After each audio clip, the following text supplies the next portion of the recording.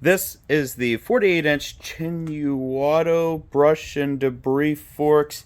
It goes on to tractors, really any type of tractor, and it clamps on at the ends. And I just got it, and I'm going to be putting it together here. So hang with me. We're going to check this thing out. We're going to review it today. A couple things that I've already noticed with it, though, let me get into front of the camera, is that whenever I put this on with the 48-inch forks and then the same bucket, I actually couldn't turn it because it was hitting the side.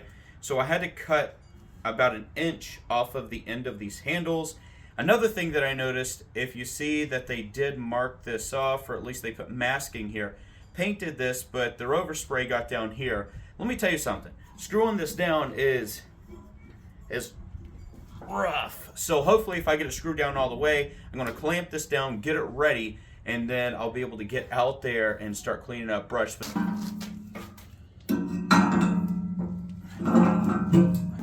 All right, so you can see right here where it's been peeling all that paint back, and it's not too bad to move now. Now, on some of the other brands that I have with clamp-on bucket items, they have really nice flat swivel feet.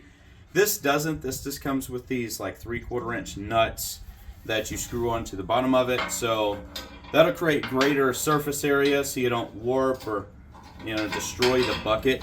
So I may end up going ahead and welding this on. I'm not sure, but still a little tough to get going. Here we go. And my hands are bigger than the handle, so it's like I don't get that much leverage, but there we go. It's going now.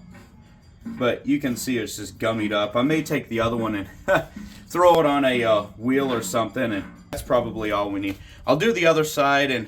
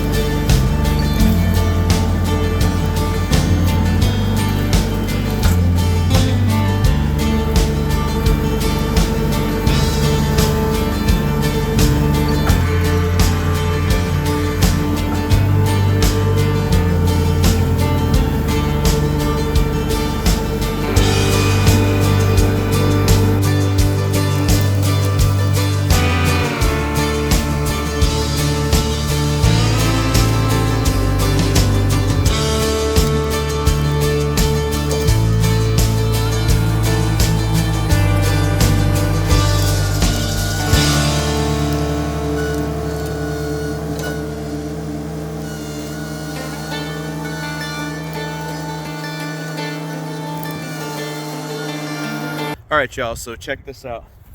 This is the forks. They're in action. What I've been trying to do is just pick up everything off the ground so I'm not stacking it by hand, because that's what I want to do. I've moved some of the big brush piles around. I was able to do that just with the forks. And my tractor's a CS22 Coyote, and that is a 22 horsepower, 3-cylinder diesel engine. It's a subcompact, so it makes sense for my small farm, I guess you could call it here. But check this out. This is one thing that I just want you all to see. The trees are actually entangled in the forks, and they don't have any crosses in there, so it's not going to get interlocked inside of there. So what that really means is that it's going to slide off easier. But this is really thick steel, and these are only like 24 inches long here, so you have a little bit of play in there. They're not too long like the 4-foot ones for pallets. So I will say this is pretty satisfactory for what I'm looking for right now. I will also say this. They have the aluminum ones, but with the aluminum ones, they have a tendency to bend because this stuff right here, it actually weighs a ton of weight. I was pulling up the back end of the tractor and I don't have my counterweights on the back side, so I have to be really careful. But everybody, I hope that this helped you. It's just a cheap Amazon. I got it for like 300 bucks, and that's really nothing for a tractor attachment. If it did help you, please hit that like button. Don't forget to subscribe. That helps us out. Share the video. That helps us even more out on the channel to create more videos. Hit that bell so you know when we do make the videos. And until next time, everybody, take care.